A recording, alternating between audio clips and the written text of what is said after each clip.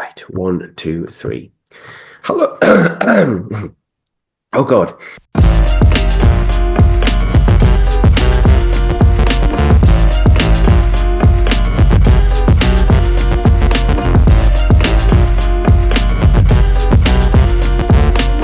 Hello and welcome to a rather unusual Monday morning What the Falk reaction show. As I spent the bulk of last night warming myself up after a battle in the snow to get home to Glasgow, we thought we'd just wait to defrost, crack open a can of coffee and run through another big win for Sunderland after the 1-0 victory over Portsmouth. And we're also going to have a little bit of a preview of the FA Cup game against Stoke, because do we really need another preview show about Stoke? I know the answer to that is no. But to join me this week for one of the more bulkier episodes, first and foremost, it is Pete. Pete, how are you doing? You all right? Very well. Happy New Year. I'm back amongst the land of the living. Missed out on the Sheffield United game, but back with you now. Talk about another victory. So happy days. Can't knock it. Lee, you're also with us as well. We've all had little bouts of flu. We've all been going down one by one, even myself. But hopefully you've avoided it. But I don't think you did you, Lee? But you're on the way to recovery. I'm definitely better than what I was this time last week. Yes, and it's always nice when Sunderland win. It always cheers you up, no matter how bad you're feeling. Agreed, 100%. Dave, you're in the smoke in a hotel room after seeing an old man. How are you? I am indeed, yeah, and that was just me looking in the mirror. So, yeah, another year on, 39, not quite 40 yet. I'm holding on for one more year. 10 a.m. after Sunderland's 1-0 win over Pompey. Look, it wasn't the most sparkling of performances, but how do you assess the match? Got the job done, didn't we? When you're competing at the top end of the league, it's all you've got to do. Just get the job done. I mean, polar opposites looked at last week when Burnley failed to win, then Leeds failed to win on Saturday against Hull. We did. And if you would have took, if it was Stoke of the week, Stoke away, you would have took a 1-0 win, playing like that. And just goes to show that the lads are in there for the fight and that they want to be in with the top two shout all season. And performances like that and wins like that obviously mean more in the long run than going, saying, smashing a team 4-5-0, really. Yeah, I think ultimately the phrase was a win is a win, but I listened to Chris Mipham's interview afterwards and he did say, look, on another day we are 3 or 4 up. I kind of agreed with him on that, to be completely honest. I don't think it was like a smash and grab 1-0 and we were like clinging on. It was a bit nervy at the end. The fans got a bit nervy. I got a bit nervy. I think I said about 7 times we're conceding here. We didn't concede. And one of the big things about it is there was a few weeks ago, we were talking about conceding late on. Stoke, Millwall, Coventry. There's been multiple games we could mention where we haven't hung on. This one, look, it was against 10-man Portsmouth. We should be hanging on. But that's 2 games back-to-back, Sheffield United and Pompey. One of the better teams, one of the worst teams. And we haven't conceded late on. And ultimately, we've got the job done. And it's all about getting the job done. Like, how many times have we looked at promotion rivals, not just this season, but over the years, and gone, oh, they've just got the job done. They've just got the job done. That's all we need to do. And as long as Ilan Meslier exists, we'll always have a chance of catching Leeds. So it seems, Pete, big win again. Not perfect, but how are you feeling about it? Do you know what? Great. Feel great about it, because it's not going to be one of those that's going to trouble the whoever has to put together the end of season video compilation of the best moments. But those 3 points are more important than any, wonder strike or a little bit of skill that doesn't result in a goal. You look through, they should have battered them yesterday. They should have absolutely ran away with that, but they didn't. And it's one of those that you've spoke about it, the inevitability of these last minute goals that we've thought about for so long. And I was equally the same here in Germany, sitting there going, well, this is where the goal comes. This is going to end 1-1. It's going to be full of piss and vinegar tomorrow when I do this podcast. The fact that they didn't, it's probably papered over a few cracks that still exist there, but I do feel fairly confident that Sunderland can see out games, since they've done it at Sheffield United and they've done it at Portsmouth now at home, both of them. But the stats from yesterday, they should have absolutely destroyed 24 shots, only 8 on target though. They had, over 150 passes more than Pompey. 83% accuracy, Pompey 63%. The amount of them passes that were cut out by Sunderland players doing the job that they need to do. Not the pretty stuff, but the harassing, the getting into Pompey's face and making sure they can't play out from the back. Happy needs to happen sometimes, results like this. Not everything perfect, though. I'm sure we will come to that. But I'm fairly happy with what I saw. Workmanlike, got the job done. There we go. Absolutely. I think if one of those chances goes in the first half and we go 2-0 up, I think that would have been an absolute hammering. I think Wilson goes through and scores the goal. If he's not tugged down as well, he didn't. It ended up being a free kick, but it is what it is. The win's the win. A 1-0 win means exactly the same as a 5-0 win. And I do feel like we're going to absolutely batter a team at some point. I know we talk about missing chances and stuff like that, but we're going to hammer someone 5-6 sooner rather than later. Dave, I'll change the question a little bit for you. I think we've talked about result over performance. It was a big result in the context of promotion because we keep getting told we aren't in it repeatedly from the pundits, especially the Sky Sports ones. Other fans, oh no, Sunderland will drop off this, that, and the other. We're 6 months into this season, if not more. We're halfway through it, basically. At the FA Cup break, we're just 2 points behind both Sheffield United and Burnley, with Burnley to come next in the league, and 3 points behind league leaders Leeds. They slipped up at the weekend against Hull, who, look, I know they've got a new boss there, but they don't look great, do they? We've said for a while Hull are one of the worst sides in the league. I think most importantly, Dave, that win puts us 11 points clear of seventh for our own ambitions. If we're looking at where would we be happiest this season, of course, automatics, but I think anywhere that gives us the chance of promotion, i.e. playoffs, is massive. But how are you feeling about promotion at the moment? Because it feels like we've not over-egged it too much. We've kind of just ploughed on and just, do what we can do because we know that we're up against three parachute payment teams, but we keep getting written off. And we're only 2 or 3 points behind these massive, indestructible teams with this unbelievable set of players, an unbelievable deep squad. And we're absolutely riddled with injuries and we're not that far behind them, Dave. So where do you stand on this promotion thing at the moment? We've probably said it for around about a month, 5 weeks now between us. We're in the mix, and the longer we can stay in there, and if we get a couple of reinforcements, we've got every chance. You talk about the statement win. Would that be Burnley? Burnley's record defensively, by the way, is disgusting. I mean, 9. When I say disgusting, I'm being down with the kids. I'm like, it's the reverse. They're conceding 9 goals in 26 league games at this level. Fair play to Scott Parker or whoever. He might have Vincent Kompany in the background still, possibly doing Skype training sessions or something, because that is phenomenal. But I'd love to stick 5 past them on Friday night. That would be nice, wouldn't it? Can't see it happening, but we can dream.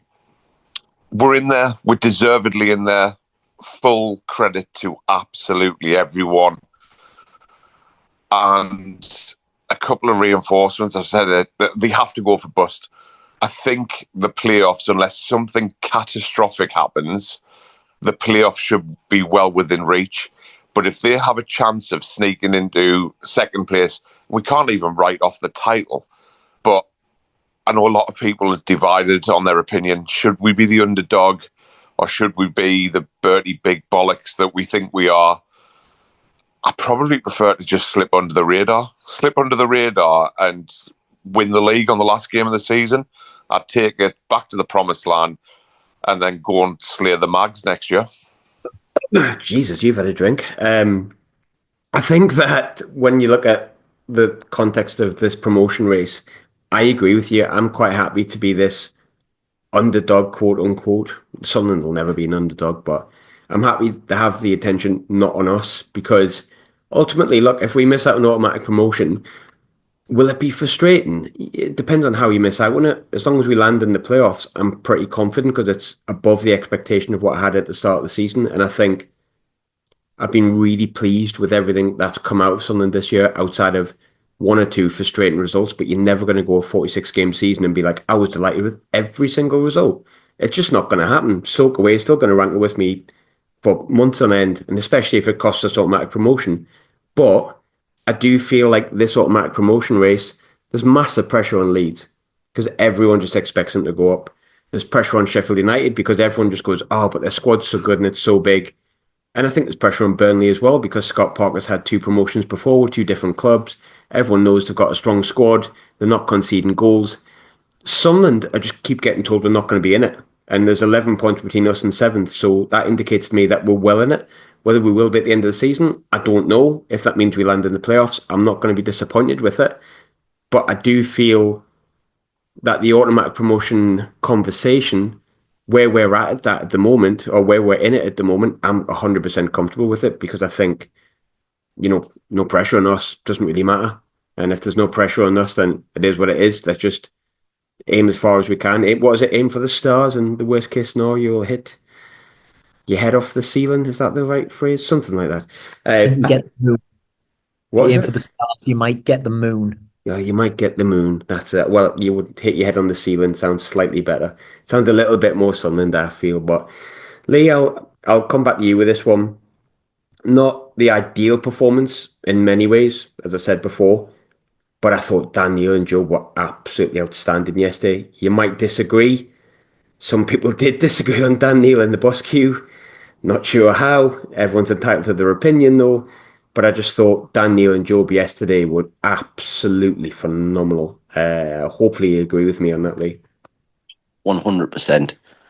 As I say, it was my bus queue where people were saying that Dan Neil wasn't very good.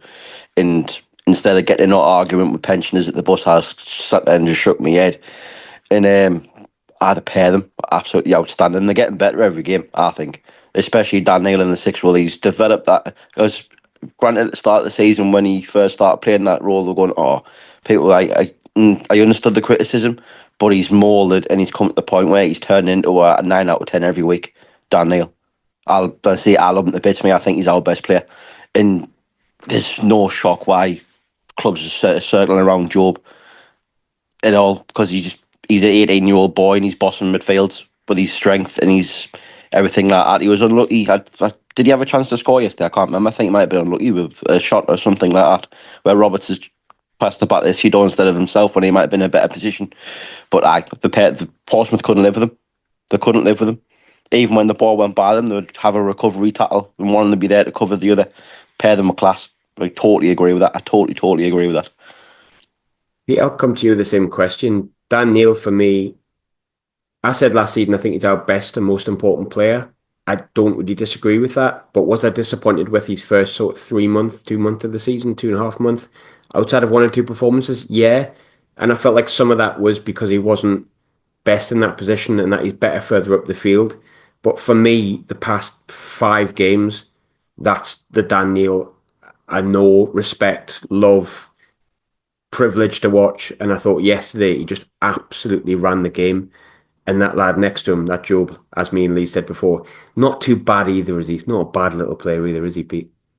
I think they're getting better from one another, from various strengths of each other's games. Look, we've talked about Dan Neil's start of the season. It wasn't exactly what we would have expected for him. He's more than answered those critics in the last few games. Mind, he misplaced a pass early doors yesterday that almost let them in. And I could hear my dad's voice in the background going, bloody Dan Neil, all the way from Hetton to Berlin. But no, look, I think I've talked previously about Job's ability to dictate the pace of the game and to just get that last little touch on something to disrupt the opposition and turn it into Sunderland's ball.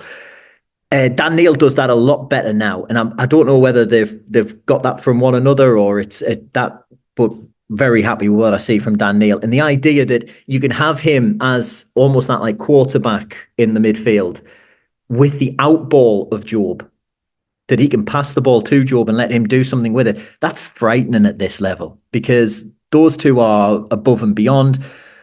Sunderland will go up this season. I'm saying it now. He will spend 1 year in the Premier League with us. It will be glorious. And then we will lose Job for an awful lot of money. That's my prediction on that. Very happy with the two of them. I'm not sure what those two old gadgies in the bus queue that Lee had seen, but bless them, they're entitled to their opinions just as much as we are. But no, very happy with that. I think the 4-4-2 got a little bit exposed at times yesterday with just the two of them. Would have preferred 3 for a bit of the game, but once they went down to 10, 4-4-2 is exactly what we should have been doing. Go at them, go for the jugular. How do you kill a circus? Go for the juggler. Sorry. The I couldn't help myself. No, really happy with Dan Neil, really happy with Job. I don't think there's a better centre midfield pairing in the league, really, is there? Name me one if you can off the top of your head. That's all I've got on. Chris Rigg and Job. Dan Neil and Chris Rigg. There you go. That's the only comparables. Alan Brown, Jan Rigg and Job. There you go. There. Alan Brown. Oh, Alan Brown. How I missed thee. I 100% agree on Dan Neil, and I think a lot of the time you look at Dan Neil and you see his passing and the way he kind of glides, his long-range passing, his short-range passing. He won 100% of his tackles yesterday. I think that's a really big stat. Like, that's a massive stat. I didn't catch that one, and particularly in that position. Huge, because I think I've said it myself. I'm not sure if he can play that position, and I know he's up against Portsmouth, but that's 100% tackle win rate in a 4/6 role, and he's producing the passes he's producing, and he's creating what he's creating. You can't ask for much more for Daniel for me, and I think there'll be a lot of teams that watch Sunderland, and whilst there's a lot of noise around Job, understandably, and Riggy, understandably, if you came to scout Riggy and Job, you couldn't fail to leave, especially in the past sort of 4 or 5 games, not being impressed by Daniel. But Dave, I want to comment another one for you. There was a negative for me yesterday, and it wasn't just we only won 1-0, we should have took our chances. There is all of that, but I think we've discussed that.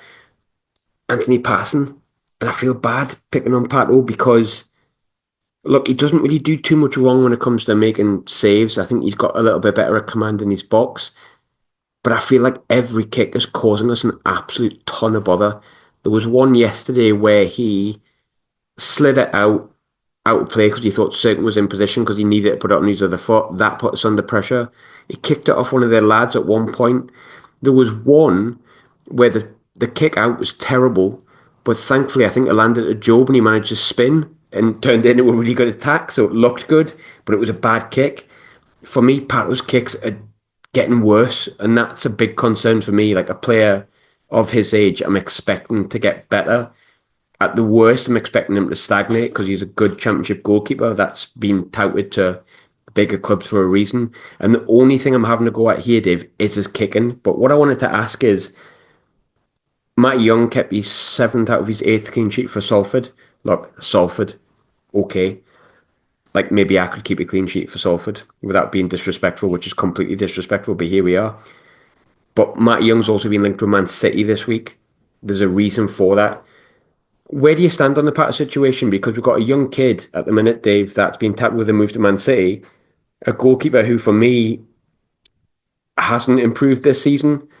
Although he's capable of a really good save. And, you know, he helped win us the game with that penalty save at the weekend and X, Y, and Z, I hear all that. But is it maybe time that model, that succession model, comes to fruition at the end of the season? Could we maybe see Matty Young come in as the number 1? And Pato moves on to the next club for a big wad of cash, and Simon Moore becomes the backup to this young 18-year-old prodigy, or is that too idealistic, Dave? I'll give you an example, and I'll give you a different perspective, which you probably weren't expecting. From a coaching point of view, if you've got a keeper that can't kick the ball, stop asking him to kick the ball in a certain way. That's one way of doing it. Look at Tottenham Hotspur and Ange Postecoglou. When Forster has gone in goal, stop trying to play out from the back. Just put your foot through the ball, turn their full back, and then deal with the pressure from their defensive third. That could be an opinion. That could be an ideology which we could put on Patterson. I understand that isn't Labry's philosophy. But if you can see that he's struggling so much, and we're not talking 1 time, 2 times, we're talking every game. It's in there every game, unfortunately, for Pato. And you're right, in his own right, he is a very, very, very good goalkeeper. He's improving. He's still young. I just think there's better ways to deal with it. He's our number 1 at the minute, so let him do something different instead of trying. The thing that annoys me about his kicking is he looks like he's half asleep. He's so chilled out. And I'm just like, honestly, will you like put some effort into it? And he's effortless in the way he kicks the ball for the distance he can put on it. I wish I could kick a ball 15 yards without me hamstring snapping, let alone 45 yards. But I think it's dangerous. I mean, that one that went straight to Colby Bishop yesterday, and then by the way, the commentators yesterday were minging. I know we've mentioned it slightly, but I didn't even know what they said. There was a header which Colby Bishop was deliberately trying to put back across the 6-yard box, and Dowie's going, I haven't given me enough credit there. That was going in the top corner. Ian, it wasn't. And you were a centre forward yourself, you absolute massive nugget. Sorry, tangent rant. No, you're right though. Like that's a point that like I made on Twitter the other day. I feel like Sky Sports commentators Curtis Davis, Ian Dowie, Chris Blummen Ulumo don't watch Sunderland. Even Don Goodman, like Don seems to hate us. I don't know why. Keep hating us. We are Millwall. No one likes us. We are Sunderland. No one likes us. We don't care. Sorry, that's because I'm in London. I got confused. So yeah, it's with Pato. It's a nice position to be in, isn't it? We haven't got a particularly bad defensive record this year, which obviously includes him. We've got Matty Young out there doing absolute bits and getting rave reviews from other clubs, which is exactly what you want from other clubs' fans, which is exactly what you want when you've got players out on loan. Man City are sniffing about him. I mean, I don't see the point in going to Man City, considering in 3 years we'll be better than them. So that doesn't make any sense to me. Yeah, like, bring it on. Pato, I love him. I hope he does well. If a 15 million offer came in for him, would I accept it and put Matty Young in next year? Guess it depends what division we're in. Because would you want to expose Young to the Premier League when he is so young? No pun intended. Yeah, I probably wouldn't do it personally. But if you're offering us Young over someone like Fraser Forster, yeah, definitely. Lee, I think it's a conversation to be had. Again, I don't agree with Dave. I don't think Pato is improving, and that's my main concern. Has he hit that ceiling where he's not going to get any better? But at the same time, I respect you can't just chuck an 18-year-old into the team and go, there you go, son, you kept some clean sheets at Salford.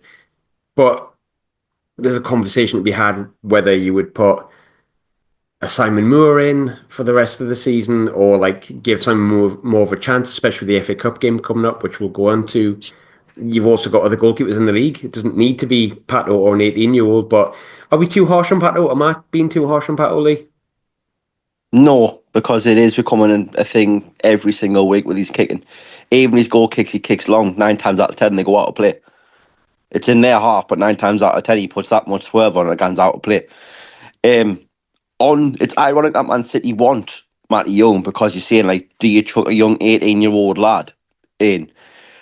Man City did it with Joe Hart back in like 2006, and Joe Hart went to be one of the best goalkeepers in the Premier League of the modern era. So and I was building the opinion, if you're good enough, it doesn't matter how old you are. There's a slight difference between having 09 and company in front of you, to be fair. He didn't at the time, though. And he made his debut for Man City. It was like 2006. He had and obviously now still Richard Dunn and somebody else. But I don't think they had company then. It's when he played defensive midfield company. And I don't know if he's great. He's lucky he's good with his hands because obviously that's the position he plays. But I don't think you've been too harsh at all. And it's the succession period of Matty Young ain't going to stick around in Sunderland if he's not going to get his chance to play. And unfortunately, he's only going to get his chance to play if Patterson moves on. It's the same with Tommy Watson when he was getting linked. We were saying in the summer when he was getting linked with Brighton, is all these they're not going to stick around at Sunderland if you're not going to play them. So it's going to be a point in time where we have to bite the bullet and say, look, Patterson, we love you, and you've exceeded yourself by day, but we've got to give this kid a chance, or else he's going to go elsewhere. And then we're not going to say the best of Matt Young will be somebody else. Yeah, there is a part of me that just feels like, and I feel like I'm being dead harsh on Pato, but just to kind of draw a line under it, I just feel if the plan is succession models and moving players on for big fees after they've achieved everything they can achieve with Sunderland, I'm starting to wonder if Pato is arriving at that point, i.e. he's never going to really massively let you down. Like, he'll save a penalty, he'll make some good saves, he would be absolutely fine for the next couple of seasons, no problem. But I just feel like we've got a really good, young, exciting keeper there that maybe next season we can look at introducing, and it might be a bit of a risk selling Pato this month. I think I would probably avoid that just for the sake of keeping things coherent this season when we've got a chance of going up. But look, I think it's just a conversation worth having. That I do worry that Pato might have hit his ceiling. But Peter, on to more positive, nice things. Nice to see Nazi Rusin again yesterday, who I always enjoy seeing. But he came on the 90th minute again. I don't know how many people noticed this, instead of Aaron Connolly. It's not exactly I said on to nice, more positive things. The positive thing was seeing Nazi Rusin. If you're Aaron Connolly, that wasn't a positive. But is there anything to read into that? Because Connolly just seems to have sort of disappeared. And I don't think he's done anything massively, what would be the word, encouraging. I don't think he's done anything negative either. He really hasn't been given the chance, but Rusin's expected to be going out. And I know he's coming on as like a 90th minute substitute to waste time a bit, but he's coming on ahead of Connolly. Is there something to read into that? Perhaps more to do with just saying, look, we have a fit player here who's able to get on a pitch and play football. Would you like to come in and buy him? Because from what we understand, the words coming out of Sunderland when it comes to Naziri Rusin are, thank you, good luck and bye-bye. He'll be... I don't think he's going to go down as somebody we'll miss. I'd miss him. You'd miss him. You'd miss him. I think he's a dead me. lad. Just think he's not really being good enough, and we'll say a bye-bye and have fond memories of his goals. Goals. Anyway, goals. Borough away. Look, Borough away will live long in the memory because it devastated them, and it was just genuinely quite funny for us. There you go. But Aaron Connolly, I'm a little more concerned because I really thought he was going to kick on after the whole speaking about his troubles with addiction, the goal that he scored, the seemingly being really, getting into the club a little bit like Isidor did. He hasn't had that. And that must come from something that Lebris sees week in, week out in the training field. I mean, the lad can finish a goal.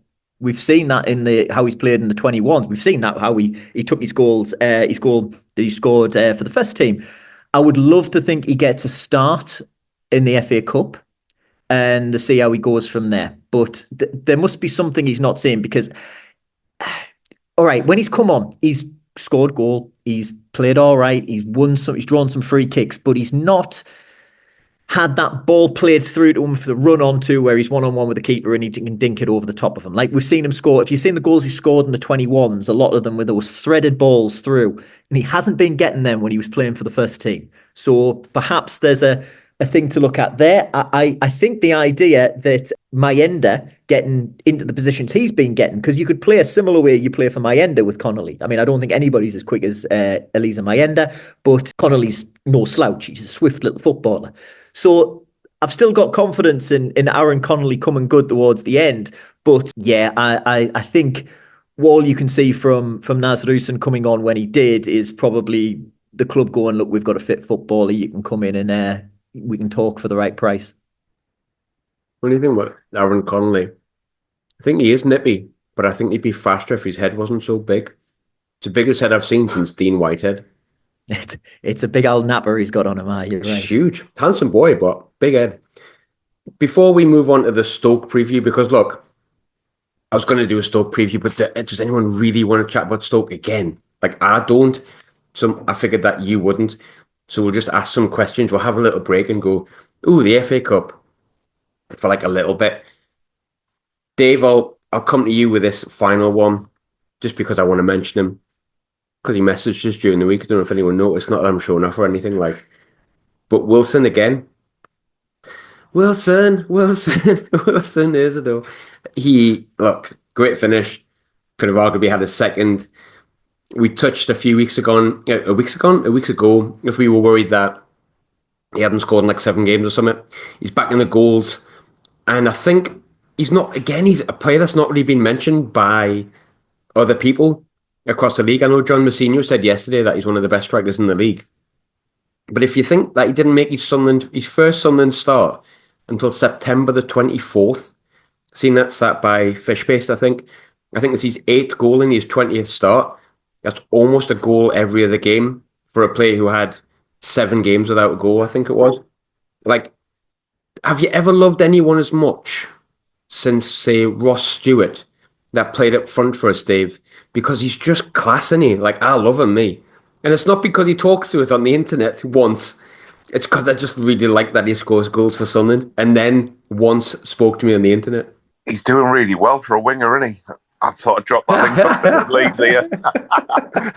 I saw his microphone come off mute, and I'm like, he's getting this in, isn't he? He's getting this in that John Mousinho has mentioned that he's the best centre forward in the league. Well, funnily enough, Lee, I don't care about John Mousinho's opinion, all right? I wasn't going to be smug. You've every right to be, mate, and I love being wrong when it's an enhancement of Sunderland. So it's fantastic. And also, Brad's not here to defend himself. However, the pass from my end yesterday was very, very good as well, because naturally you would have played that ball on Isidor's left foot running away from the goal. He's had the presence of mind to wait and slot it through onto his right foot. It's a great finish. He loves the fact that he's gone and done the Henry celebration on the corner flag. I love the fact that he's went and done it. I'm telling you now, I almost want to get to Wembley. This is a Sunderland fan telling you that I want to go to Wembley in a playoff final and see them lot play football.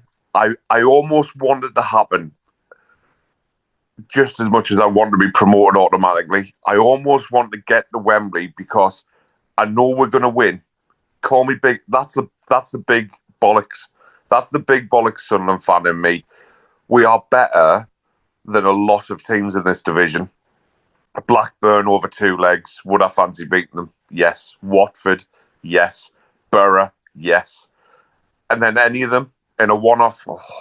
Leeds in the playoff final.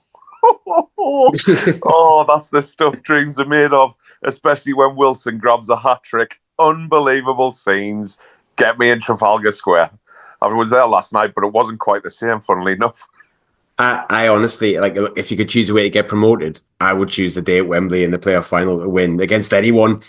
So, look, we might be getting a bit giddy, but I think that's because of the performances of the team and how we felt this season and the manager and the feeling around the club at the moment, which I think sometimes it can feel negative when we've lost against Stoke and you go on Twitter, but in general, I feel like everyone's feeling really positive. And a lot of that has to do with Wilson Isidor just being absolutely class and just fulfilling my days with his goals and just his general demeanour of wanting to be Thierry Henry in the Championship. And who's to say he isn't? He is. But we didn't even have time to talk about Elijah Mayenda. I told you all he was class. I've been proven right over the past 2 games. Hopefully he continues to do that so people don't play this back to me when he doesn't score again until the end of the season. But 8 goal contributions. We've got a little break coming up. Sunderland have a bit of a break coming up with the FA Cup. We're not going to do a preview show this week. You don't want it. I don't want to do it. It's Stoke for the 3rd time in 5 weeks. So we're going to take a little break and then come back on this podcast to discuss who should we play. Do you actually care? Do you like the FA Cup? Oh, they should bring back replays. All that kind of stuff. See you in a minute.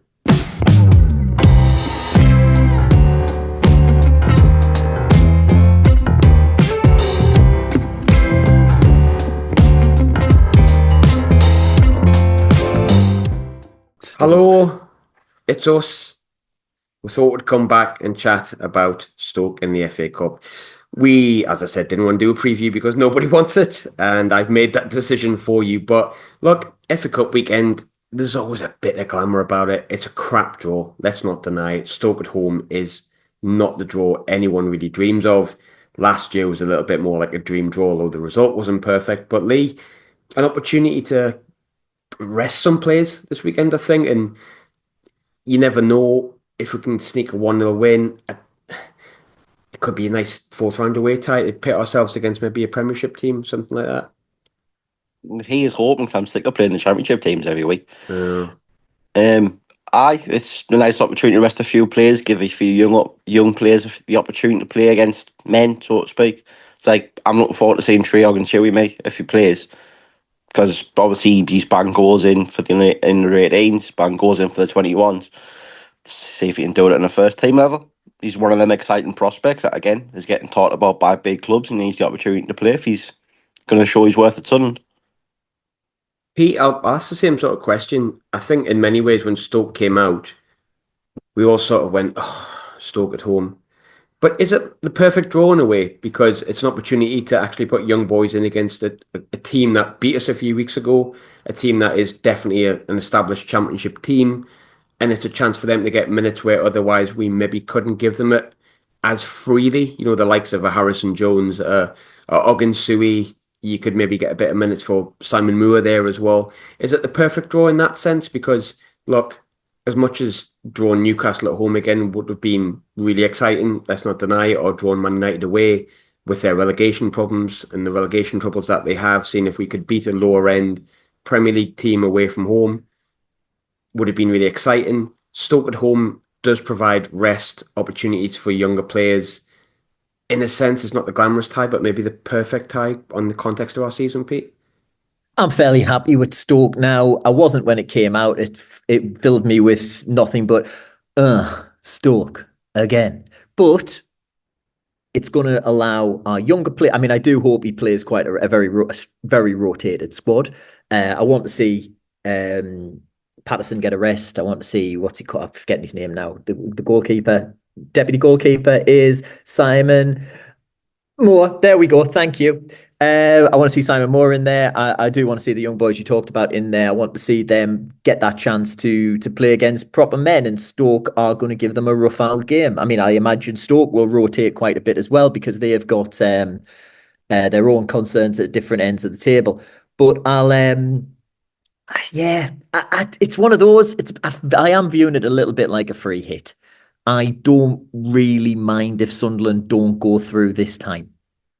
And I'm caveating that by saying I love the FA Cup. But this year, the most important thing for me is that league and the position Sunderland have got themselves in. So I'm quite happy to give the young lads a chance to go and do what they can do. And if they come back with a result, brilliant. That's them knocking on the manager's door saying, look what I did against a team in our league. It's not like we played somebody lower down the divisions. It's a team in our league, a team that's beaten us once this season already.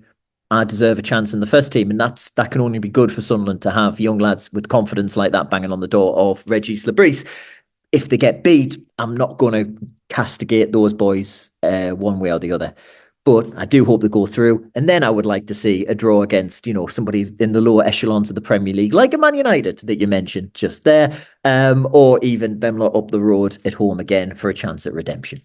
100%. 100%.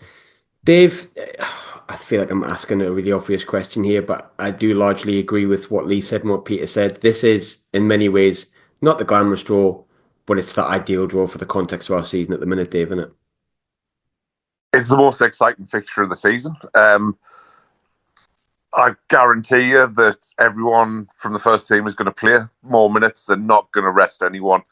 I haven't paid for a private box for me and my dad's birthday.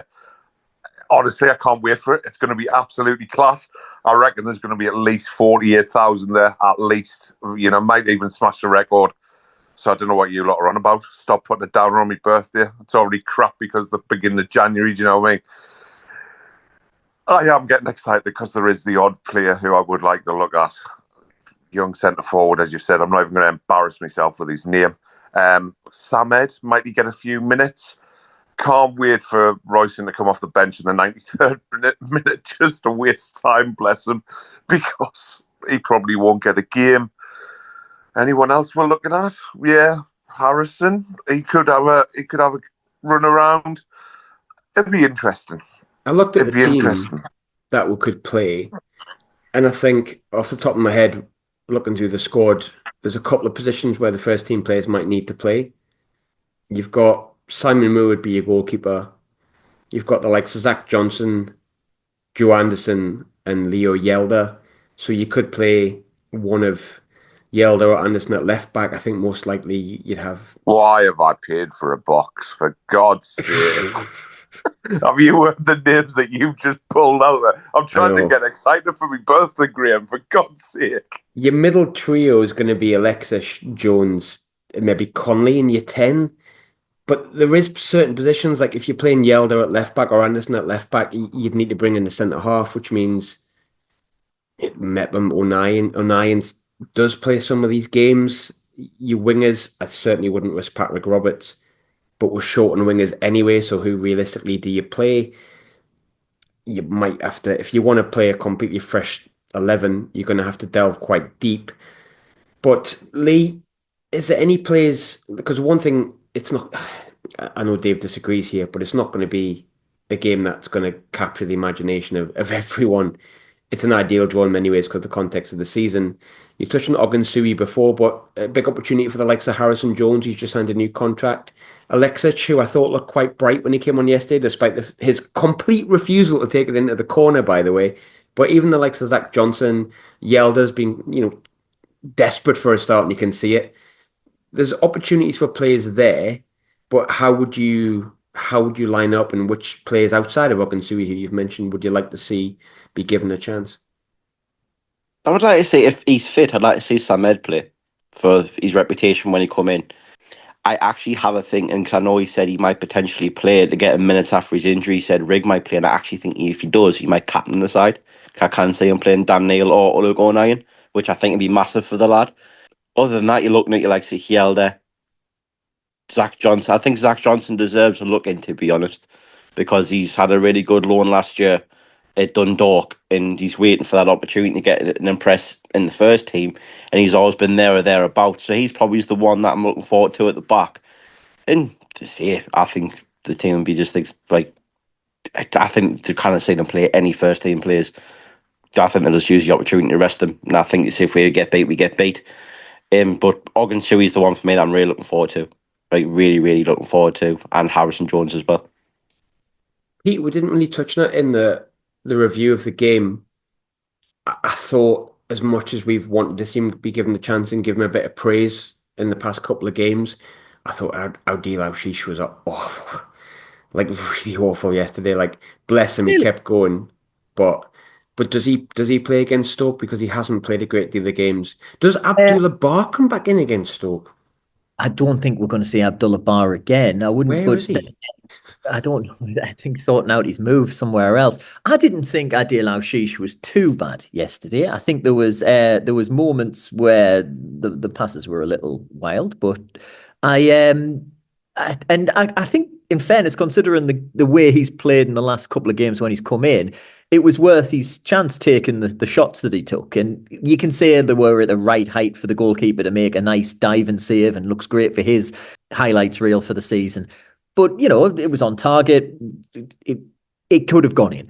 I would play Alshish against Stoke because, as you said, he hasn't had the amount of game time he compared to anybody else who could play in that position, who's fit and who is fit, who can still play in that position. I mean, I guess you try Mayender. No, you don't want to try Mayender out there. So yeah, I think he has to play at left wing. Is he the best left winger that Sunderland have? No, not by a long shot. Would he get a game when the likes of Mundell or Watson are fit? Absolutely not. So this is the game that he really has to put in a performance in. Yeah, I mean, there was look. I think digging Sheesh out for yesterday. I can't agree with that. I'm sorry, but I think a lot of the time we all looked a little bit League One at moments in Sunday's match. So Sheesh can be allowed a few of them, but he's been good since he's come in, and I'm happy with him to stay in. I think he would probably be the only one out of the starting 11 yesterday that I would definitely say he starts on in the Stoke match in the FA Cup. Yeah, definitely. I'm trying to think of the other young players that we've got that could potentially be given a chance because Caden Kelly was one that came to mind, but he's away on loan at the moment, so Caden Kelly can't come in. I'm not entirely sure where Tom Lavery is at the moment. I know Ollie Brainbridge is currently at Kilmarnock. So even like those young players who would be given a chance, Ben Crompton's away on loan at the moment as well. There will need to be some first team players in there. We've already said like Aushish would probably be one of them. Alexis is probably one that has appeared recently would get in the team as well. But But Dave, who are the big players that you feel need the rest for Sunday? Which players would you not even have on the bench? Wilson, Mayenda's played a lot of football. Job, even though I think Job I think he's developed physically this year, which he's going to do. He's so young. I think he'd be fine involved in this somewhere, but it's not needed, is it? Let's be honest about it. Dan Neil played a lot. Definitely do with the rest. Mepham's played a lot of football. He deserves the rest. And he's, in comparison to the rest of them, he's ancient, so his legs will be shattered, bless him. Yeah, I think there's a lot. It wouldn't surprise me if he played Alexis out on the wide left for the cup game. That's what he did for that 10-minute cameo yesterday. He looks quite tidy. He's another one of those, but where we are full of players who don't necessarily try to play that straightforward pass, which can frustrate the die-hard Sunderland fan at times, but are really clever at that reverse pass and things that we don't quite see in the moment, which then means the opposition don't see it. And that's what normally creates our chances. I love how we break the lines without passing and the philosophy and the style of play. I do understand people like Ross yesterday going, just keep it simple, man, just keep the ball. And I'm like, Ross, it's 2024. It's not 1966 anymore. Good year, that, by the way. It's not. It's 2025. Oh, hi, it is. I'm trying to pretend. I'm trying to pretend I'm 38, not 39. Has anyone recognised that it was my birthday yesterday? I don't know if I've mentioned it. Yeah. Happy birthday Play Pato. Let him practice his kicking for another 95 minutes. Get Pato in between the sticks. It'll be what it'll be. Mark Robbins is probably going to name himself on the bench. We all know how much we don't get on well with him. There's a little bit of a backstory, but it's just going to be going through the motions, see how it turns out. It is a good opportunity to rest everyone before Burnley. Let's get it done. I'll get drunk in the box and it'll be a good laugh. Do you know what I mean? I know, mate. I'm probably not going to go. But I'm looking at the team that played against Preston at the start of the season in the Carabao Cup when we lost.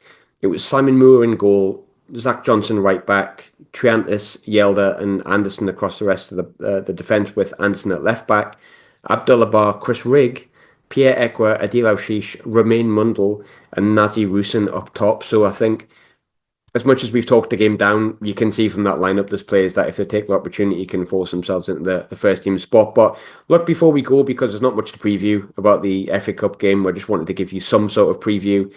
Let's assume we beat Stoke. Lee, who is your ideal draw for the fourth round? What would get you excited for the FA Cup? Newcastle at home. It's pretty fair. Mine would be Newcastle away because I've never seen us lose there, so I'm just used to rocking up to St James and seeing us win. It's always nice. So I'll take it. I think my average score is about 11-1 as well. So yeah, I'll take that. I'm not bothered. If not, Man United away, I genuinely would fancy us. As long as Ahmad doesn't play, who's their best players, so they definitely rest him against, a championship team. It'd be nice to see him, if not. But I would love a Premier League team from 11th or downwards away from home, a bit like that Fulham game a few years ago when we seen how far away we were from, a decent Premier League team. But Pete, who's your ideal draw if we beat Stoke? I mean, it's Newcastle away. That's what I want. I want a chance for revenge, but revenge at their place. However, the thinking hat on, and really for the development of Sunderland players, if we're talking about if it's a full rotation for Stoke, it would be a lesser rotation if we did play one of those lower half of the Premier League sides, because Sunderland would be daft not to use it as a chance to gauge where we are. Obviously, if there's any injury risks, anybody tiredness, they get left out. But from a recruitment point of view and from the management behind the scenes type of view of where are these players now and what potential do they have, I think there's no better chance than playing one of those teams away from home at their place and see how they get on. I think they'll get by Stoke 1-0. It's going to be scrappy as anything, but a wonderful day out for you, David. But yeah, I think it'll be a scrappy way of getting through to the next round, and then either we play the hordes to the north at their place, or we play somebody in the Premier League, low half, get a chance to look at where we're at. I mean, the away game, to be honest, it would be. I've never been to Riyadh or Riyadh, whatever it's called. So there's always the opportunity to visit Saudi, as the television keeps telling me. I will not be doing that. Dave, who's your ideal draw? Is it Saudi Arabia away, or do you not fancy heading to that particular away day? No, I fancy going in the opposite direction in terms of league standing and also in terms of geographical location. I fancy Bromley away because obviously the Mags are going to get beat off them anyway. So Bromley away, tick off a new ground. Why not? Can't wait for it. I once went to see a comedian that said the most expressive word to say in the English language is Bromley, and I cannot disagree with him. Bromley! It's brilliant. It's a great word to say. Say it yourself. Say it at home. Bromley! And that's your preview. Thanks very much for joining. Please remember to like, share, and unsubscribe. Pete, Dave, Lee, Happy New Year. Onwards to Stoke, the big game of the season. Thanks for joining me. Happy New Year, everybody. Bye bye. Happy New Year. Pleasure.